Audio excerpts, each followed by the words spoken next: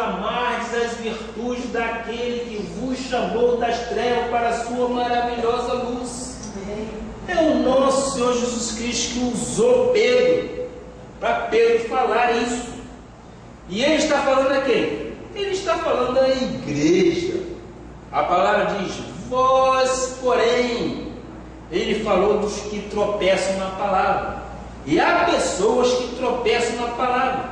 Às vezes, tu dás testemunho, falas da Bíblia toda, e a pessoa que te ouve diz assim: eu acredito em Shakespeare, por exemplo. Eu acredito no filósofo Plutão. Eu acredito nas obras de Platão. Eu acredito nas obras de Aristóteles. Mas na Bíblia, eu não acredito.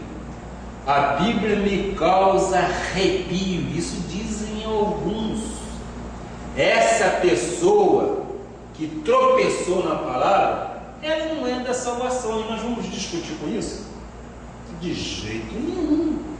Nós temos sabedoria, nós temos entendimento, nós temos discernimento, temos inclusive ética para até respeitar aquilo que a pessoa fala.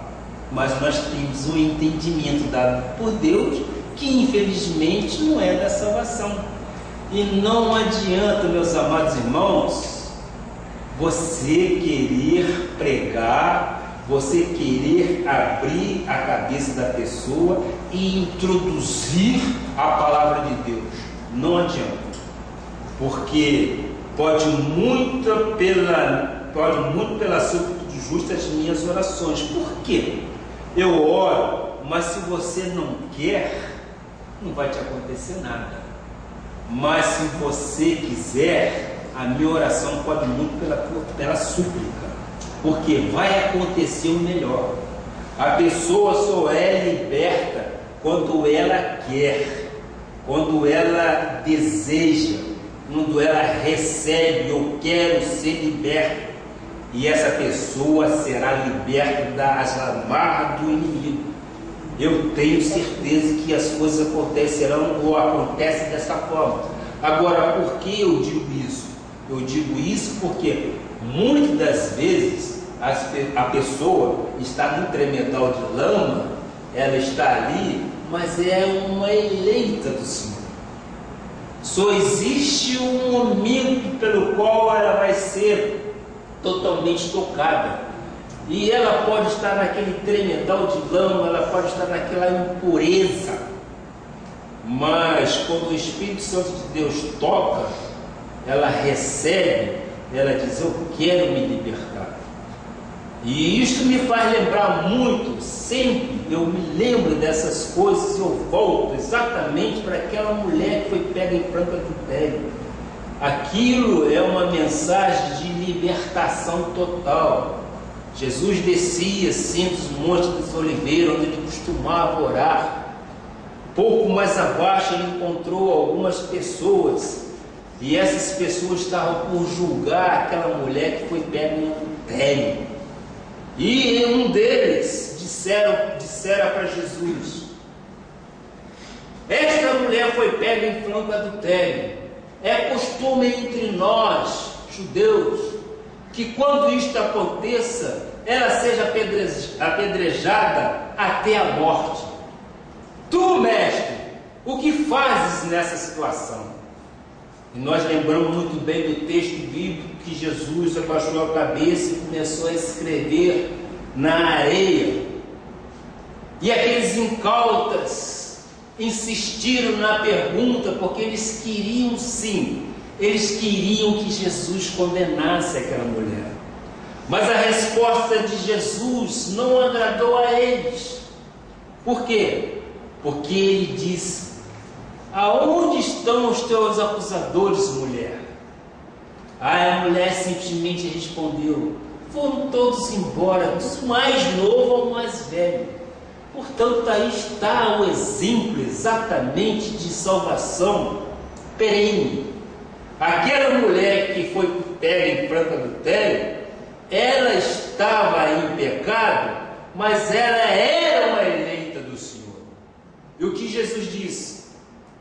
Vá e não peques mais. Que lição de vida Jesus nos deu ali naquela situação. Ele viu uma situação vexatória em que todos queriam apedrejar até a morte, acusando. Não cabe a nós fazer acusação nenhuma. É o nosso Deus, é o nosso Jesus Cristo que fará justiça. A justiça é divina. E Ele ali deu uma oportunidade de libertação total. Por quê? Porque Ele já sabia de antemão que ela era uma predestinada. Vás e não peques mais, nem eu sequer te condeno.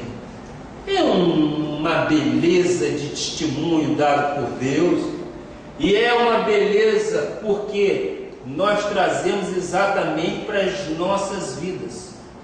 Muitos não crerão, porque não são filhos da salvação. E muitos estão dentro de igrejas, congregando, mas muitas das vezes não são ovelhas. Estão ali como ovelhas, mas um momento qualquer vai se rebelar. Se rebelar, vai se jogar contra as situações e vai começar. Aí você vai ver, estava entre nós, mas não eram ovelhas. Mas não cabe ao pastor definir se era ou não. É o nosso Senhor Jesus Cristo que nos mostra através da Bíblia que a pessoa é ou não eleita. E não fui eu nem você quem quisemos que fosse assim, mas foi o nosso Senhor Jesus Cristo que assim quis. E nós temos exatamente que aprender isso. Há pessoas que sequer sabem ler, mas quando ouve uma palavra, ele diz: o Senhor é o meu pastor, nada me faltará. Começam a chorar. O Espírito testifica com o seu Espírito que são filhos de Deus. Isto é maravilhoso, porque nós vemos Deus agir. Por isso que eu digo, não precisa que tu tenhas cultura, não precisa que você seja secularmente preparado, porque até aquele que não tem cultura, quando ele ouve a palavra de Deus, quando ele ouve dizer: o Senhor é meu pastor, nada me faltará, o que ele faz? Ele descansa, porque ele sabe que isto é uma promessa de Deus. E Davi, quando recitou isso, quando ele citou isso, ele estava falando de coração contrito. E nós queremos crer, na era que estamos vivendo, que isto é uma verdade. Eu e você, quando dissemos: o Senhor é meu pastor, nada me falta, nada nos falta, nós cremos nestas verdades. E o nosso coração se regozija no Senhor. Então você vê exatamente como uma pessoa é chamada. Uma pessoa se gloria na cruz de Cristo, naquilo que Cristo fez por nós. Por quê? Porque ela sabe que pelas muitas misericórdias o nosso Deus nos carrega incólume. Então Ele conhece o meu coração. Ele conhece o teu coração e Ele sabe o que você pensa. A respeito de que você pensa, Ele sabe, Ele conhece. Então, nós que somos eleitos, temos sim que descansar nas promessas de Deus, crendo que verdadeiramente Ele tem cuidado de nós. Eu gostaria de citar alguns aspectos para com a igreja, aspectos estes que são 12 aspectos, são 12 profecias. Por que 12? Porque 12 é o número dos discípulos. 12 é o número de governo. 12 é o que governa a igreja de Cristo. Então eu queria mostrar para você 12 aspectos que podem corroborar para que você tenha um entendimento do triunfo da cruz de Cristo. Eu vou citar, se vocês quiserem tomar nota, vocês tomam nota.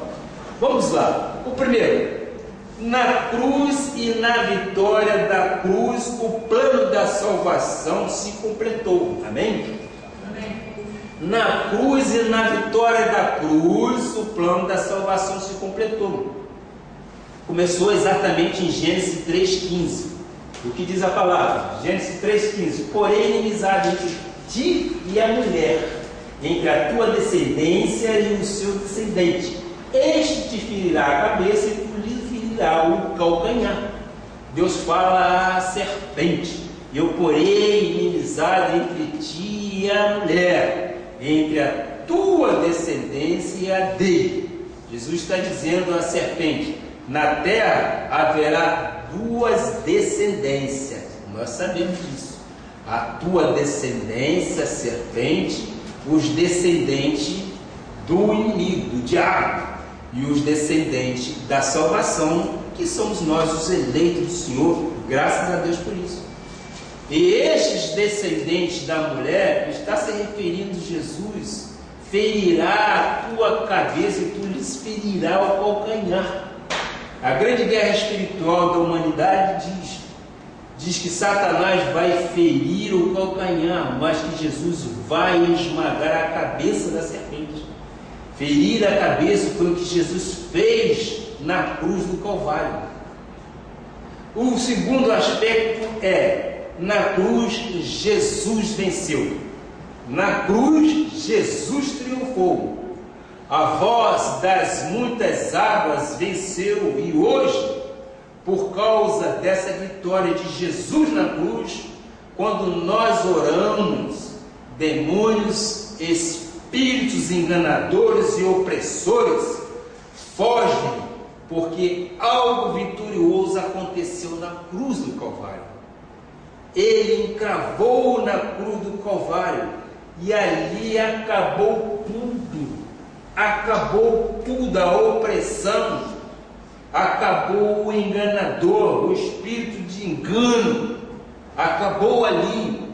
Apocalipse 12, 10 a 12, o que diz Apocalipse 12, 10 e 12 a 12?